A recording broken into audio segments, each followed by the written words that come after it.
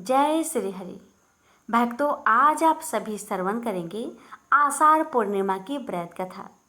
भक्तों, आषाढ़ पूर्णिमा को गुरु पूर्णिमा या व्यास पूर्णिमा के रूप में मनाया जाता है, क्योंकि इस दिन महर्षि वेद व्यास का जन्म हुआ था। वेद व्यास जी को हिंदू धर्म में प्रथम गुरु माना जाता है, जिन्होंने वेदों, पुराणों और महाभारत जैसे महान ग्रंथों की रचना की। यह दिन गुरुओं की प्रति सम्मान और कृतज्ञता व्यक्त करने का पर्व है। भक्तों, इस साल यानी साल 2025 में गुरु पूर्णिमा यानी आषाढ़ पूर्णिमा 10 जुलाई दिन गुरुवार को मनाई जाएगी। भक्तों, आषाढ़ पूर्णिमा का व्रत करने और कथा सुनने से घर में सुख, शांति और समृद्धि प्रदान करने वाली मानी जाती है। इस दिन जप, तप और दान करने के साथ श्री सत्यनारायण भगवान की भी पूजा करने से अमोघ फल की प्राप्ति होती है। भक्त लोग इस दिन मंदिर में भगवान विष्णु की पूजा करने के साथ ही भंडारे का आयोजन करते हैं और दीन दुखी निर्धन लोगों को महाप्रसाद का वितरण करते हैं। अपने गुरु की पूजा करना और उनके प्रति कृतज्ञता व्यक्त करना भी इस पूर्णिमा पर भक्तों के मुख्य कार्य में शामिल होता है। इस दिन पूरे देश में उत्सव जैसा माहौल रहता है। लोग एक दूसरे को बधाई देते हैं और सामूहिक रूप से इस उत्सव को मनाते हैं।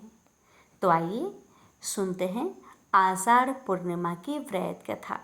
द्वापर युग में एक समय की बात है कि यशोदा जी ने कृष्ण से कहा, हे कृष्ण, तुम सारे संसार के उत्पन्न करता, पोषक तथा उसके संहार करता हो। आज कोई ऐसा व्रत मुझसे कहो जिसके करने से मृत्यु लोक में स्त्रियों को विधवा होने का भय ना रहे तथा यह व्रत सभी मनुष्य की मनोकामनाएं पूर्ण करने वाला हो। श्री कृष्ण कहने लगे, हे माता, तुमने अति सुंदर प्रश्न किया है। मैं तुमसे ऐसे ही व्रत को सविस्तार कहता हूँ। सौभाग्य की प्राप्ति के लिए स्त्रियों को 32 पूर्णमासियों का व्रत करना चाहिए।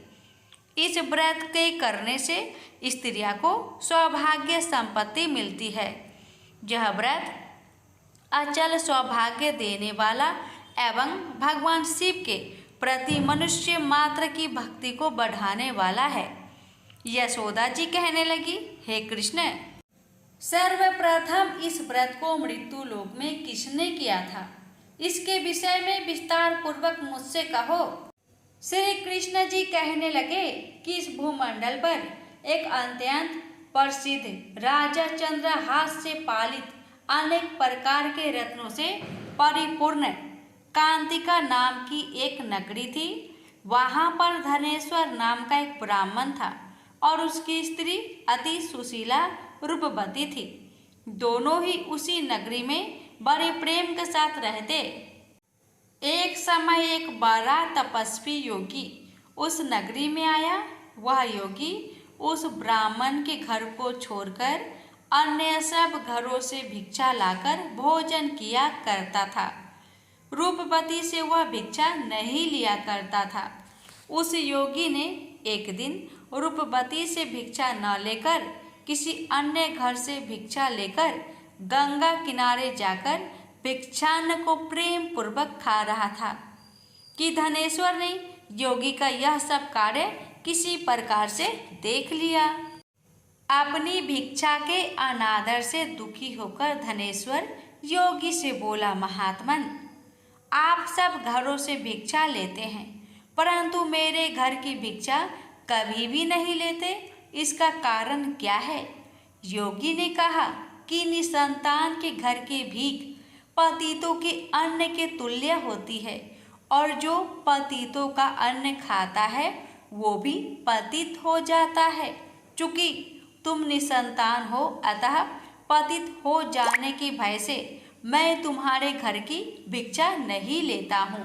धनेश्वर यह बात सुनकर अपने मन में बहुत दुखी हुआ और हाथ जोड़कर योगी के पैरों पर गिर पड़ा तथा अंतर्भाव से कहने लगा, हे महाराज, यदि ऐसा है तो आप मुझको पुत्र प्राप्ति का उपाय बतलाइए।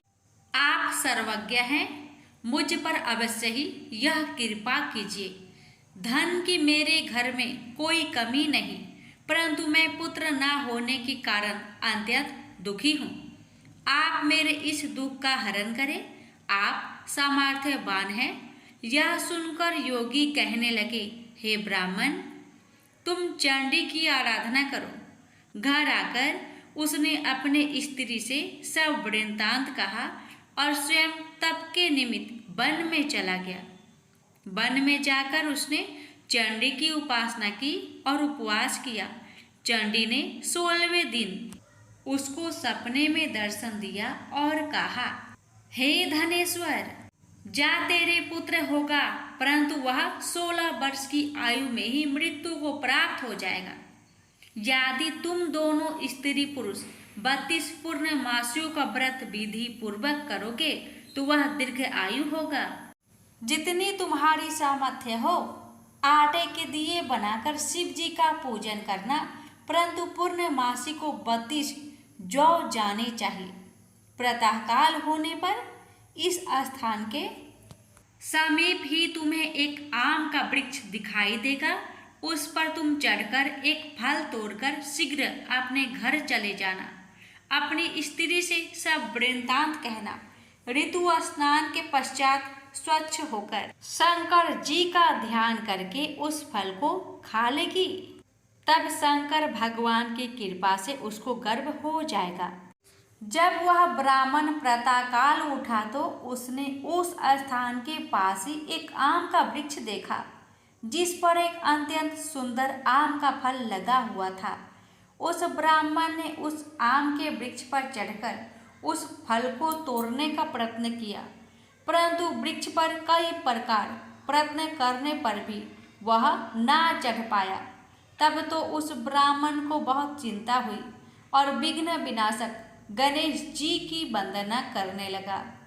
हे दयानिधे, अपने भक्त के विघ्नों का नाश करके उनके मंगल कार्य को करने वाले, दुष्टों का नाश करने वाले, रिद्धि सिद्धि के देने वाले, आप मुझ पर कृपा करके इतना बल दे कि मैं अपने मनोरथ को पूर्ण कर सकूं।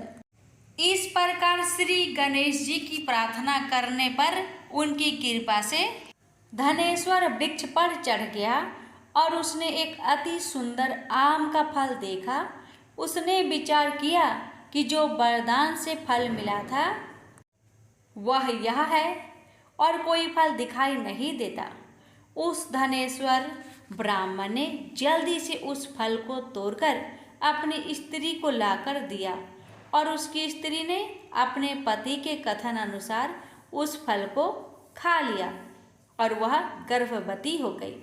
देवी जी की असीम कृपा से उसे एक अत्यंत सुंदर पुत्र उत्पन्न हुआ, जिसका नाम उन्होंने देवी दास रखा। माता पिता के हर्ष और शोक के साथ वह बालक शुक्ल पक्ष के चंद्रमा की भांति अपने पिता के घर में बढ़ने लगा। भवानी की कृपा से वह बालक बहुत ही सुंदर, सुशील और विद्या पढ़ने में बहुत ही निपुण हो गया। दुर्गा जी की आज्ञा अनुसार उसकी माता ने 32 पूर्णमासी का व्रत रखना प्रारंभ कर दिया था, जिससे उसका पुत्र बड़ी आयु वाला हो जाए।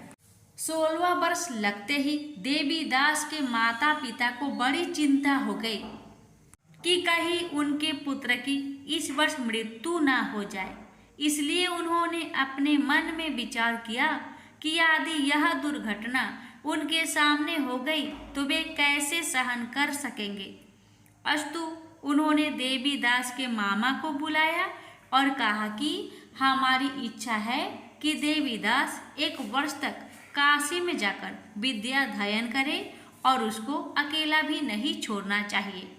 इसलिए साथ में तुम चले जाओ और 1 वर्ष के पश्चात इसको वापस लौटा लाना। सब प्रबंध करके उसके माता पिता ने काशी जाने के लिए देवी दास को एक घोड़े पर बैठाकर उसके मामा को उसके साथ कर दिया, किंतु यह बात उसके मामा या किसी और से नहीं कही। धनेश्वर ने सपत्नीक अपने पुत्र की मंगल कामना तथा दीर्घ आयु के लिए भगवती दुर्गा की आराधना और पूर्णमासियों का व्रत करना आरंभ कर दिया। इस प्रकार बराबर 32 पूर्णमासी का व्रत पूरा किया। कुछ समय पश्चात एक दिन वह दोनों मामा और भांजा मार्ग में रात्रि बिताने के लिए किसी ग्राम में ठहरे हुए थे। उस दिन उस गांव में एक ब्राह्मण की अत्यंत सुंदरी, सुशीला, विदुषी और गुणवती कन्या का विवाह होने वाला था। जिस धर्मशाला के अंदर वर और उसकी बारात ठहरी हुई थी, उस धर्मशाला में देवीदास और उसके मामा भी ठहरे हुए थे। संयोगवश कन्या को तेल आदि चढ़ाकर मंडप आदि का कृत्य किया गया तो लगन के समय वर को धनुर्वात हो गया। अस्तु वर के पिता ने अपने कुटुंबियों से परामर्श करके निश्चय किया कि यह देवीदास मेरा पुत्र जैसा ही सुंदर है, मैं इसके साथ ही लगन करा दूं और बाद में विवाह के अन्य कार्य मेरे लड़के के साथ हो जाएंगे। ऐसा सोचकर देवीदास के मामा से जाकर बोला कि तुम थोड़ी देर के लिए अपने भांजे को हमें दे दो, जिससे विवाह के लग्न का सब कृत्य सुचारू रूप से हो सके। तब उसका मामा कहने लगा कि जो कुछ भी मधुपर्क आदि कन्यादान के समय वर को मिले वह सब हमें दिया जाए, तो मेरा भांजा इस बारात का दूल्हा बन जाएगा। यह बात वर के पिता ने स्वीकार कर लेने पर उसने अपना भांजा वर बनने को भेज दिया और उसके साथ सब विवाह कार्य रात्रि में विधि पूर्वक संपन्न हो गया। पत्नी के साथ वह भोजन न कर सका और अपने मन में सोचने लगा कि न जाने यह किसी स्त्री होगी। वह एकांत में इसी सोच में गर्म निश्वास छोड़ने लगा तथा उसकी आंखों में आंसू भी आ गया। तब वधू ने पूछा कि क्या बात है, आप इतने उदासीन व दुखी क्यों हो रहे हैं? तब उसने सब बातें जो वर के पिता व उसके मामा में हुई थी उसको बतला दी। तब कन्या कहने लगी कि यह ब्रह्म विवाह के विपरीत हो कैसे सकता है? हे देव, ब्राह्मण और अग्नि के सामने मैंने आपको ही अपना पति बनाया है, इसलिए आप ही मेरे पति हैं। मैं आपकी ही पत्नी रहूंगी, किसी अन्य की कदापि नहीं। तब देवीदास ने कहा, ऐसा मत करिए, क्योंकि मेरी आयु बहुत थोड़ी है। मेरे पश्चात आपकी क्या गति होगी, इन बातों को अच्छी तरह विचार लो। परंतु वह दृढ़ विचार वाली थी, बोली कि जो आपकी गति होगी वही मेरी गति होगी। हे स्वामी, आप उठिए और भोजन करिए, आप निश्चय ही भूखे होंगे। इसके बाद देवीदास और उसकी पत्नी दोनों ने भोजन किया तथा शेष रात्रि वे सोते रहे। प्रातःकाल देवीदास ने अपनी पत्नी को 3 नगों से जड़ी हुई एक अंगूठी दी, एक रुमाल दिया और बोला, हे प्रिय, इसे लो और संकेत समझकर स्थिर चित हो जाओ।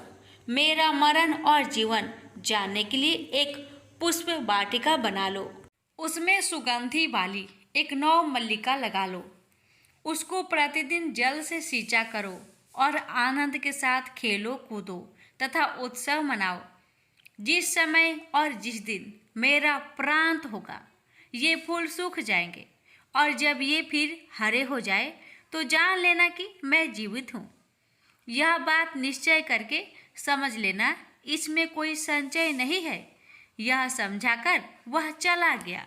प्रातःकाल होते ही वहां पर गाजे बाजे बजने लगे और जिस समय विवाह के कार्य समाप्त करने के लिए वर तथा सब बाराती मंडप में आए तो कन्या ने वर को भली प्रकार से देखकर अपने पिता से कहा, यह मेरा पति नहीं है, मेरा पति वही है जिसके साथ रात्रि में मेरा पानी ग्रहण हुआ था। इसके साथ मेरा विवाह नहीं हुआ है। यदि यह वही है तो बताए कि मैंने इसको क्या किया। मधुपर्क और कन्यादान के समय जो मैंने भूषण आदि दिए थे उन्हें दिखाए तथा रात में मैंने क्या गुप्त बातें कही थी वह सब सुनाए। पिता ने उसके कथन अनुसार वर को बुलाया। कन्या की यह सब बातें सुनकर वह कहने लगा कि मैं कुछ नहीं जानता। इसके पश्चात लज्जित होकर वह अपना सा मुंह लेकर चला गया और सारी बारात भी अपमानित होकर वहां से लौट गई। भगवान श्री कृष्ण बोले, हे माता, इस प्रकार देवीदास काशी विद्याध्ययन के लिए चला गया। जब कुछ समय बीत गया तो काल से प्रेरित होकर एक सर्प रात्रि के समय उसको डसने के लिए वहां पर आया। उस विषधर के प्रभाव से उसके शयन के स्थान चारों ओर से विष की ज्वाला से विषैला हो गया, परंतु व्रतराज के प्रभाव से उसको काटने न पाया, क्योंकि पहले ही उसकी माता ने 32 पूर्णिमा का व्रत कर रखा था। इसके बाद वह मध्या के समय स्वयं काल वहां पर आया और उसके शरीर से उसके प्राणों को निकालने का प्रयत्न करने लगा, जिससे वह मूर्छित होकर पृथ्वी पर गिर पड़ा। भगवान की कृपा से उसी समय पार्वती जी के साथ श्री शंकर जी वहां पर आ गए। उसको मूर्छित दशा में देखकर पार्वती जी ने भगवान शंकर से प्रार्थना की कि हे महाराज, इस बालक की माता ने पहले 32 पूर्णिमा का व्रत किया था, जिसके प्रभाव से हे भगवान आप इसको प्राण दान दे। भवानी के कहने पर भक्त वत्सल भगवान श्री शिव जी ने उसको प्राण दान दे दिया। इस व्रत के प्रभाव से काल को भी पीछे हटना पड़ा और देवीदास स्वस्थ होकर बैठ गया। उधर उसकी स्त्री उसके काल की प्रतीक्षा किया करती थी। जब उसने देखा कि उस पुष्प वाटिका में पत्र पुष्प कुछ भी नहीं रहे तो उसको बड़ा आश्चर्य हुआ, और जब वह वैसे ही हरी भरी हो गई तो वह जान गई कि वह जीवित हो गए हैं।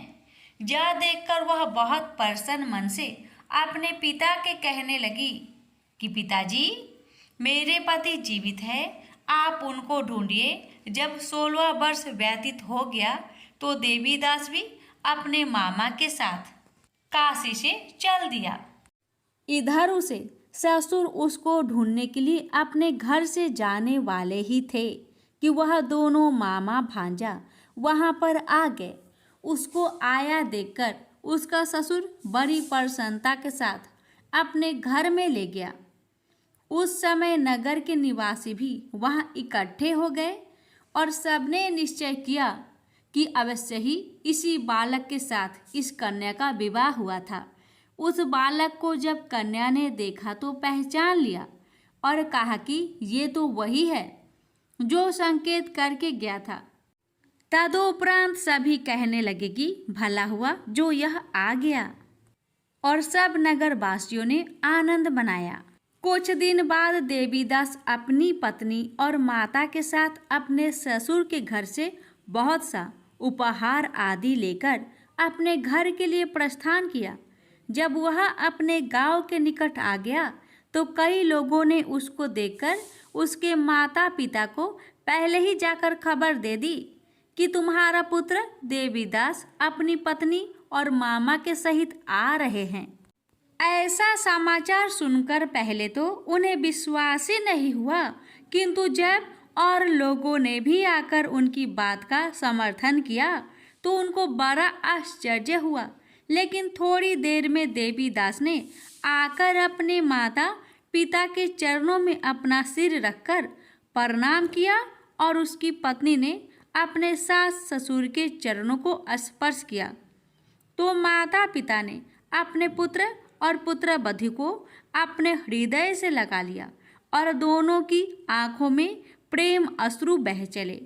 अपने पुत्र और पुत्र वधू के आने की खुशी में धनेश्वर ने बड़ा भारी उत्सव किया और ब्राह्मणों को भी बहुत सी दान दक्षिणा देकर प्रसन्न किया। श्री कृष्ण जी कहने लगे कि इस प्रकार धनेश्वर 32 पूर्णिमाओं की व्रत के प्रभाव से पुत्रवान हो गया। जो भी स्त्रियां इस व्रत को करती है वे जन्म जन्मांतर में वैधव का दुख नहीं भोगती और सदैव सौभाग्यवती रहती है। यह मेरा वचन है, इसमें कोई संदेह नहीं मानना। यह व्रत पुत्र पौत्रों को देने वाला तथा संपूर्ण मनोकामनाओं को पूर्ण करने वाला है। 32 पूर्णिमाओं के व्रत करने से व्रत की सब इच्छाएं भगवान शिव जी की कृपा से पूर्ण हो जाती है। प्रेम से बोलिए हर हर महादेव। नैमिषारण्य तीर्थ में सौनकादि 88,000 ऋषियों ने श्री सूत जी से पूछा, हे प्रभु, इस कलयुग में वेद विद्या रहित मनुष्य को प्रभु भक्ति किस प्रकार मिल सकती है तथा उनका उद्धार कैसे होगा? हे मुनि श्रेष्ठ, कोई ऐसा तप बताइए जिससे थोड़े समय में ही पुण्य मिले और मनोवांछित फल भी मिल जाए। इस प्रकार की कथा सुनने की हम इच्छा रखते हैं। सर्व शास्त्रों के ज्ञाता सूत जी बोले, हे वैष्णवों, मैं पूज्य आप सभी ने प्राणियों के हित की बात पूछी है, इसलिए मैं एक श्रेष्ठ व्रत को आप लोगों को बतलाऊंगा जिसे नारद जी ने लक्ष्मी नारायण जी से पूछा था और लक्ष्मीपति ने मुनि श्रेष्ठ नारद जी से कहा था। आप सब इसे ध्यान से सुनिए। एक समय की बात है, योगीराज नारद जी दूसरों के हित की इच्छा लिए अनेकों लोकों में घूमते हुए मृत्यु लोक में आ पहुंचे। यहाँ उन्होंने अनेक योनियों में जन्मे प्राय सभी मनुष्यों को अपने कर्मों द्वारा अनेकों दुख से पीड़ित देखा। उनका दुख देख नारद जी सोचने लगे कि कैसा यत्न किया जाए इसके करने से निश्चित रूप से मानव के दुखों का अंत हो जाए। इसी विचार पर मनन करते हुए वह विष्णु लोक में गए। वहां वह देवों के इस भगवान नारायण की स्तुति करने लगे, जिनके हाथों में शंख, चक्र, गदा और पद्म थे, गले में वरमाला पहने हुए थे। स्तुति करते हुए नारद जी बोले, हे भगवान, आप अत्यंत शक्ति से संपन्न हैं। मन तथा वाणी भी आपको नहीं पा सकती है। आपका यदि मध्य तथा अंत नहीं है। निर्गुण स्वरूप सृष्टि के कारण भक्तों के दुख को दूर करने वाले आपको मेरा नमस्कार है। नारद जी की स्तुति सुन विष्णु भगवान बोले, हे मुनि श्रेष्ठ, आपके मन में क्या बात है? आप किस काम के लिए पधारे हैं, उसे निसंकोच कहो। इस पर नारद मुनि बोले कि मृत्युलोक में अनेक योनियों में जन्मे मनुष्य अपने कर्मों के द्वारा अनेकों दुख से दुखी हो रहे हैं।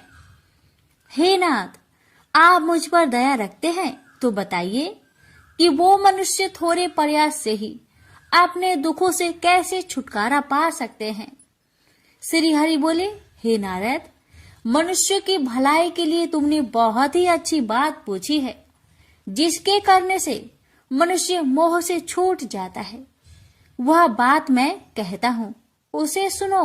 स्वर्ग लोक व मृत्यु लोक दोनों में एक दुर्लभ उत्तम व्रत है जो पुण्य देने वाला है। आज प्रेम वश होकर मैं उसे तुमसे कहता हूँ।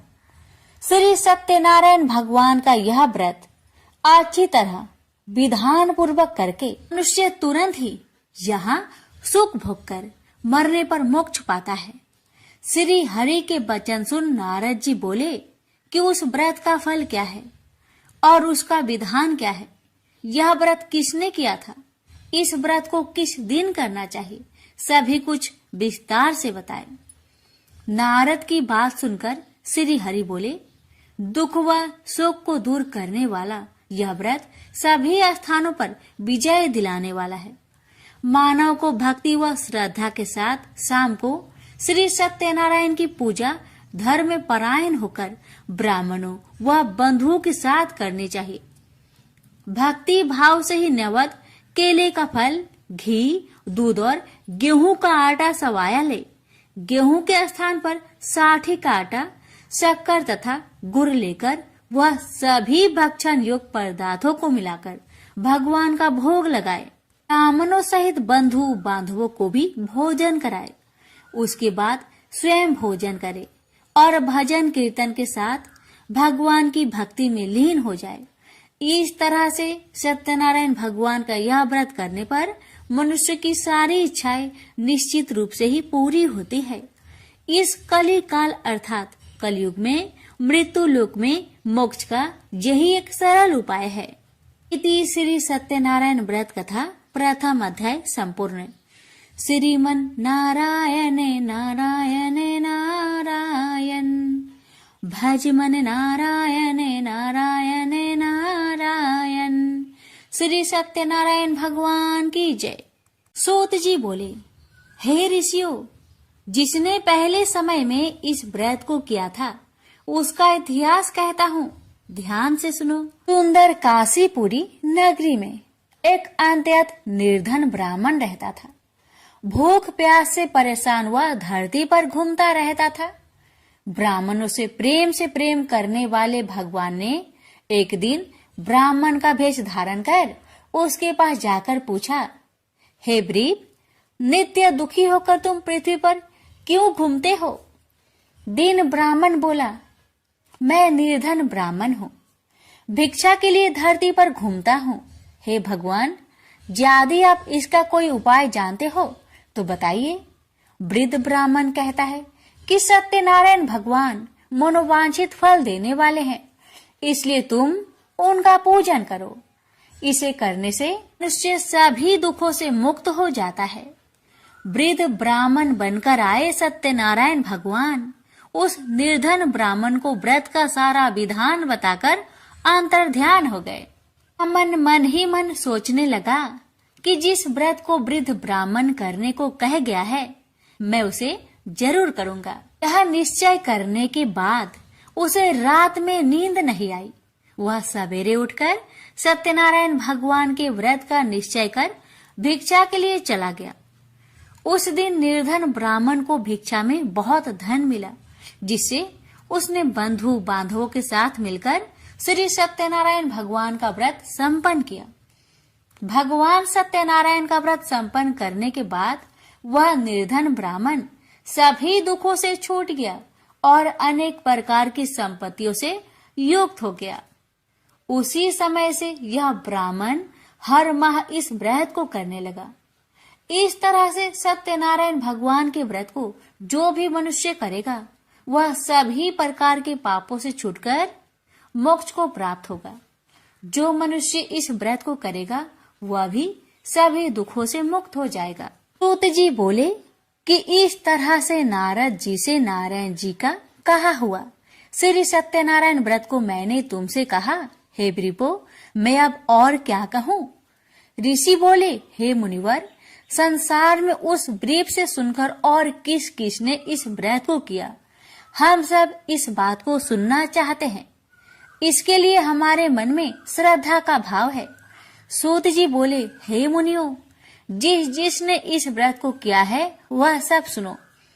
एक समय वही ब्रीप धन व ऐश्वर्य के अनुसार अपने बंधु बांधवों के साथ इस व्रत को करने को तैयार हुआ। उसी समय एक लकड़ी बेचने वाला बूढ़ा आदमी आया और लकड़ियां बाहर रखकर अंदर ब्राह्मण के घर में गया। प्यास से दुखी हुआ लकड़हारा उनको व्रत करते देख ब्रीप को नमस्कार कर पूछने लगा कि आप यह क्या कर रहे हैं तथा इसे करने से क्या फल मिलेगा, कृपया मुझे भी बताइए। ब्राह्मण ने कहा कि सब मनोकामनाओं को पूरा करने वाला यह सत्यनारायण भगवान का व्रत है। इनकी कृपा से ही मेरे घर में धन्य धान्य आदि की वृद्धि हुई है। ब्रीप से सत्यनारायण व्रत के कथा के बारे में जानकर लकड़हारा बहुत प्रसन्न हुआ। चरणामृत लेकर वह प्रसाद खाने के बाद वह अपने घर गया। लकड़हारे ने अपने मन में संकल्प किया कि आज लकड़ी बेचने से जो धन मिलेगा उसी से श्री सत्यनारायण भगवान का उत्तम व्रत करूंगा। मन में इस विचार को ले बूढ़ा आदमी सिर पर लकड़ियां रख उस नगर में बेचने गया जहां धनी लोग ज्यादा रहते थे। उस नगर में उसे अपनी लकड़ियों का दाम पहले से 4 गुना अधिक मिलता है। बूढ़ा प्रसन्नता के साथ दाम लेकर केले, शक्कर, घी, दूध, दही और गेहूं का आटा ले और सत्यनारायण भगवान की व्रत की अन्य सामग्रियां लेकर अपने घर गया। वहां उसने अपने बंधु बांधवों को बुलाकर विधि विधान से सत्यनारायण भगवान का पूजन और व्रत किया। इस व्रत के प्रभाव से वह बूढ़ा लकड़हारा धन पुत्र आदि से युक्त होकर संसार के समस्त सुख भोग अंत काल में बैकुंठ धाम को चला गया। इति श्री सत्यनारायण व्रत कथा 2 अध्याय संपूर्ण।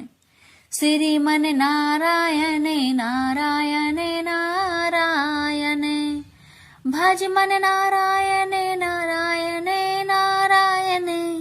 श्री सत्यनारायण भगवान की जय। सूत जी बोले, हे श्रेष्ठ मुनियों, अब आगे की कथा कहता हूँ।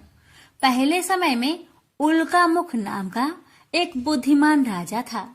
वह सत्य वक्ता और जितेंद्रिय था।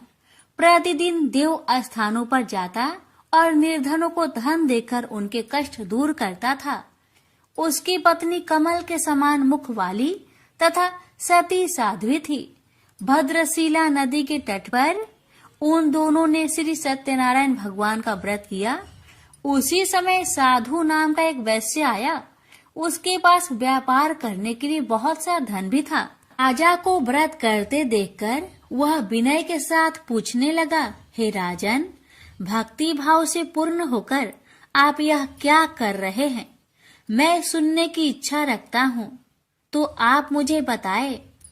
राजा बोले, हे साधु, अपने बंधु बांधवों के साथ पुत्र आदि की प्राप्ति के लिए एक महाशक्तिमान श्री सत्यनारायण भगवान का व्रत व पूजन कर रहा हूँ। राजा के वचन सुन साधु आदर से बोला, हे राजन, मुझे इस व्रत का सारा विधान कहिए। आपके कथा अनुसार मैं भी इस व्रत को करूँगा। मेरी भी संतान नहीं है और इस व्रत को करने से निश्चित रूप से मुझे संतान की प्राप्ति होगी। राजा से व्रत का सारा विधान सुनकर व्यापार से निवृत्त हो वह अपने घर गया। साधु वैश्य ने अपनी पत्नी को संतान देने वाले इस व्रत का वर्णन कह सुनाया और कहा कि जब मेरी संतान होगी तब मैं इस व्रत को करूँगा। साधु ने इस तरह के वचन अपनी पत्नी लीलावती से कहे। एक दिन लीलावती पति के साथ आनंदित हो सांसारिक धर्म में प्रवृत्त होकर सत्यनारायण भगवान की कृपा से गर्भवती हो गई। 10वें महीने में उसके गर्भ से एक सुंदर कन्या ने जन्म लिया। दिनों दिन वह ऐसे बढ़ने लगी जैसे कि शुक्ला पक्ष का चंद्रमा बढ़ता है। माता पिता ने अपनी कन्या का नाम कलावती रखा। एक दिन लीलावती ने मीठे शब्दों में अपने पति को याद दिलाया कि आपने सत्यनारायण भगवान के जिस व्रत को करने का संकल्प किया था उसे करने का समय आ गया है। आप इस व्रत को करिए। साधु बोला कि हे प्रिय, इस व्रत को मैं उसके विवाह पर करूँगा। इस प्रकार अपनी पत्नी को अवशासन देकर वह नगर को चला गया। कलावती पिता के घर में रह वृद्धि को प्राप्त हो गई। साधु ने एक बार नगर में अपनी कन्या को सखियों के साथ देखा तो तुरंत ही दूत को बुलवाया और कहा कि मेरी कन्या की योग वर देखकर आओ। साधु की बात सुनकर दूत कंचन नगर में पहुंचा और वहां देखभाल कर लड़की के सुयोग बनिक पुत्र को ले आया। सुयोग लड़के को देख साधु ने बंधु बांधवों को बुलाकर अपनी पुत्री का विवाह कर दिया। लेकिन दुर्भाग्य की बात ये कि साधु ने अभी भी श्री सत्यनारायण भगवान का व्रत नहीं किया। इस पर श्री भगवान क्रोधित हो गए और श्राप दिया कि साधु को अत्यधिक दुख मिले। अपने कार्य में कुशल साधु बनिया जमाई को लेकर समुद्र के पास स्थित होकर रत्नासारपुर नगर में गया। वहां जाकर दामाद ससुर दोनों मिलकर चंद्रकेतु राजा के नगर में व्यापार करने लगे। एक दिन भगवान सत्यनारायण की माया से एक चोर राजा का धन चुराकर भाग रहा था। उसने राजा के सिपाहियों को अपना पीछा करते देख चुराया हुआ धन वहां रख दिया जहां साधु अपने जमाई के साथ ठहरा हुआ था। राजा के सिपाहियों ने साधु वेश्या के पास राजा का धन पड़ा देखा तो वह ससुर जमाई दोनों को बांधकर प्रसन्नता से राजा के पास ले गए और कहा कि उन दोनों चोरों को हम पकड़ लाए हैं, आप आगे की कार्रवाई की आज्ञा दे। राजा की आज्ञा से उन दोनों को कठिन कारावास में डाल दिया गया और उनका सारा धन भी उनसे छीन लिया गया। श्री सत्यनारायण भगवान के शराप से साधु की पत्नी भी बहुत दुखी हुई। घर में जो धन रखा था उसे चोर चुरा ले गए। शारीरिक तथा मानसिक पीड़ा व भूख प्यास से अति दुखी हो अन्न की चिंता में कालावती के ब्राह्मण के घर गई। वहां उसने श्री सत्यनारायण भगवान का व्रत होते देखा, फिर कथा भी सुनी। वह प्रसाद ग्रहण कर वह रात को घर वापस आई। माता ने कलावती से पूछा कि हे पुत्री, अब तक तुम कहाँ थी, तेरे मन में क्या है? कलावती ने अपने माता से कहा, हे माता, मैंने एक ब्राह्मण के घर में श्री सत्यनारायण भगवान का व्रत देखा है। कन्या के वचन सुन लीलावती भगवान की पूजन की तैयारी करने लगी। लीलावती ने परिवार व बंधुओं सहित सत्यनारायण भगवान का पूजन किया और उनसे वर मांगा कि मेरे पति तथा जमाई शीघ्र घर आ जाए। साथ ही यह भी प्रार्थना की कि हम सबका अपराध क्षमा करे। श्री सत्यनारायण भगवान इस व्रत से संतुष्ट हो गए और राजा चंद्रकेतु को सपने में दर्शन दे कहा कि हे राजन, तुम उन दोनों वेश्या को छोड़ दो और तुमने उनका जो धन लिया है उसे वापस कर दो। अगर ऐसा नहीं किया तो मैं तुम्हारा धन, राज्य व संतान सभी को नष्ट कर दूंगा। राजा को यह सब कहकर वह अंतर्ध्यान हो गए। अतः काल सभा में राजा ने अपना सपना सुनाया। फिर बोले कि बानिक पुत्र को कैद से मुक्त कर सभा में लाओ। दोनों ने आते ही राजा को प्रणाम किया। राजा मीठी बानी से बोला, हे महानुभावों, भाग्यवश ऐसा कठिन दुख तुम्हें प्राप्त हुआ है, लेकिन अब तुम्हें कोई भय नहीं है। ऐसा कह राजा ने उन दोनों को नए वस्त्र भूषण भी पहनाए और जितना धन उनका लिया था उससे 2 गुना धन वापस कर दिया। दोनों वेश्या अपने घर को चल दिए। श्री सत्यनारायण व्रत कथा का 3रा अध्याय संपूर्ण। श्रीमन नारायण नारायण नारायण, भज मन नारायण नारायण नारायण। श्री सत्यनारायण भगवान की जय। सूत जी बोले, वेश्या ने मंगलाचार कर अपनी यात्रा आरंभ की और अपने नगर की ओर चल दिया।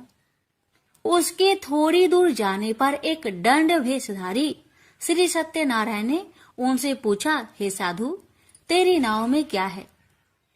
अभिमानी बानिक हंसता हुआ बोला, हे दंडी, आप क्यों पूछते हो? क्या धन लेने की इच्छा है? मेरी नाव में तो बेल व पत्ते भरे हुए हैं। वैश्या के कठोर वचन सुन भगवान बोले, तुम्हारा वचन सत्य हो। दंडी ऐसे वचन कह वहां से दूर चले गए। कुछ दूर जाकर समुद्र के किनारे बैठ गए। दंडी के जाने के बाद साधु वैश्या ने नित्य क्रिया के पश्चात नाव को ऊंची उठते देखकर अचंभा माना और नाव में बेल पत्ते आदि देख वह मूर्छित हो जमीन पर गिर पड़ा। मूर्छा खोलने पर वह अत्यंत शोक में डूब गया। तब उसका दामाद बोला कि आप शोक न मनाए, यह दंडी का श्राप है, इसलिए हमें उनकी शरण में जाना चाहिए, तभी हमारी मनोकामना पूरी होगी। दामाद की बात सुनकर वह दंडी के पास पहुंचा और अत्यंत भक्ति भाव नमस्कार करके बोला, मैंने आपसे जो असत्य वचन कहे थे उनके लिए मुझे क्षमा दे।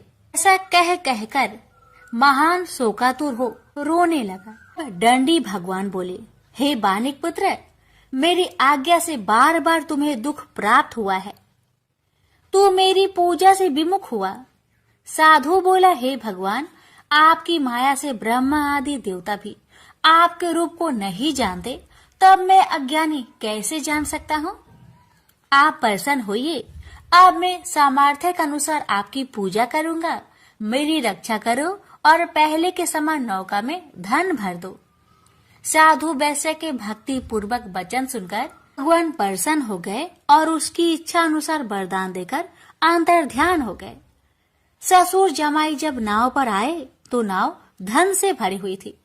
फिर वही अपने अन्य साथियों के साथ सत्यनारायण भगवान का पूजन कर अपने नगर को चल दिए। जब नगर के नजदीक पहुँचे तो दूत को घर पर खबर करने के लिए भेज दिया। दूत साधु की पत्नी को प्रणाम कर कहता है कि मालिक अपने दामाद सहित नगर के निकट आ गए हैं।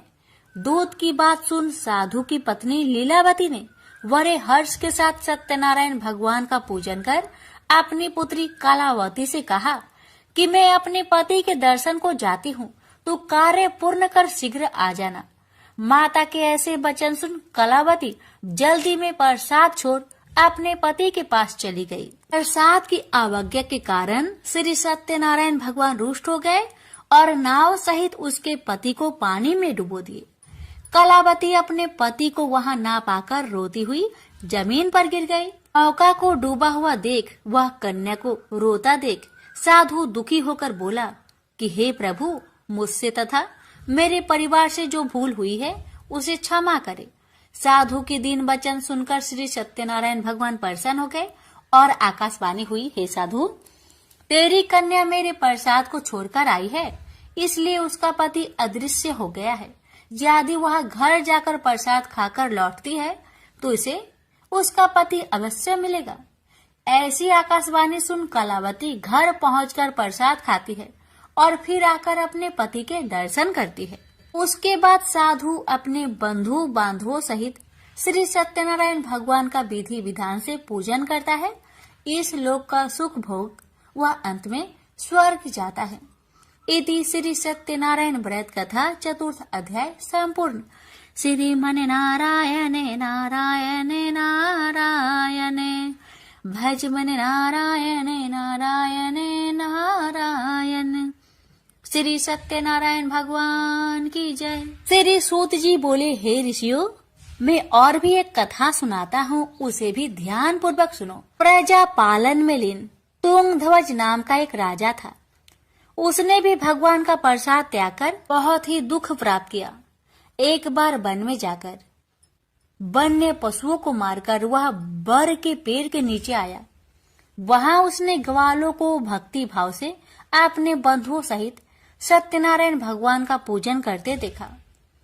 अभिमान बस राजा ने उन्हें देखकर भी पूजा स्थान में नहीं गया, न ही उसने भगवान को नमस्कार किया। ग्वालों ने राजा को प्रसाद दिया, लेकिन उसने वह प्रसाद नहीं खाया और प्रसाद को वही छोड़कर वह अपने नगर को चला गया। जब वह नगर में पहुंचा तो वहां सब कुछ तहस नहस हुआ पाया, तो वह शीघ्र ही समझ गया कि यह सब भगवान ने ही किया है। वह दोबारा ग्वालों के पास पहुंचा और विधि पूर्वक पूजा कर प्रसाद खाया, तो श्री सत्यनारायण भगवान की कृपा से सब कुछ पहले जैसा हो गया। दीर्घ काल तक सुख भोगने के बाद मरोना उपरांत उसे स्वर्ग लोक की प्राप्ति हुई। तो मनुष्य परम दुर्लभ इस व्रत को करेगा तो भगवान सत्यनारायण की अनुकंपा से उसे धन्य धान्य की प्राप्ति होगी। निर्धन धनी हो जाता है और भय मुक्त हो जीवन जीता है। संतानहीन मनुष्य को संतान सुख मिलता है और सारे मनोरथ पूर्ण होने पर मानव अंत काल में वैकुंठ धाम को जाता है। सूत जी बोले, जिन्होंने पहले इस व्रत को किया है, अब उनके दूसरे जन्म की कथा कहता हूँ। वृद्ध संतानंद ब्राह्मण ने सुदामा का जन्म लेकर मोक्ष की प्राप्ति की। लकरहारे ने अगले जन्म में निषाद बनकर मोक्ष प्राप्त किया। उल्कामुख नाम का राजा दशरथ होकर बैकुंठ को गए। साधु नाम के वैश्य ने मोरध्वज बनकर अपने पुत्र को आरे से चीरकर मोक्ष पाया। महाराज तुंगध्वज ने स्वयंभू होकर भगवान में भक्ति युक्त हो कर्म कर मोक्ष पाया। श्री सत्यनारायण व्रत कथा का 5वां अध्याय संपूर्ण हुआ। श्रीमन नारायण नारायण नारायण, भज मन नारायण नारायण नारायण। श्री सत्यनारायण भगवान की जय।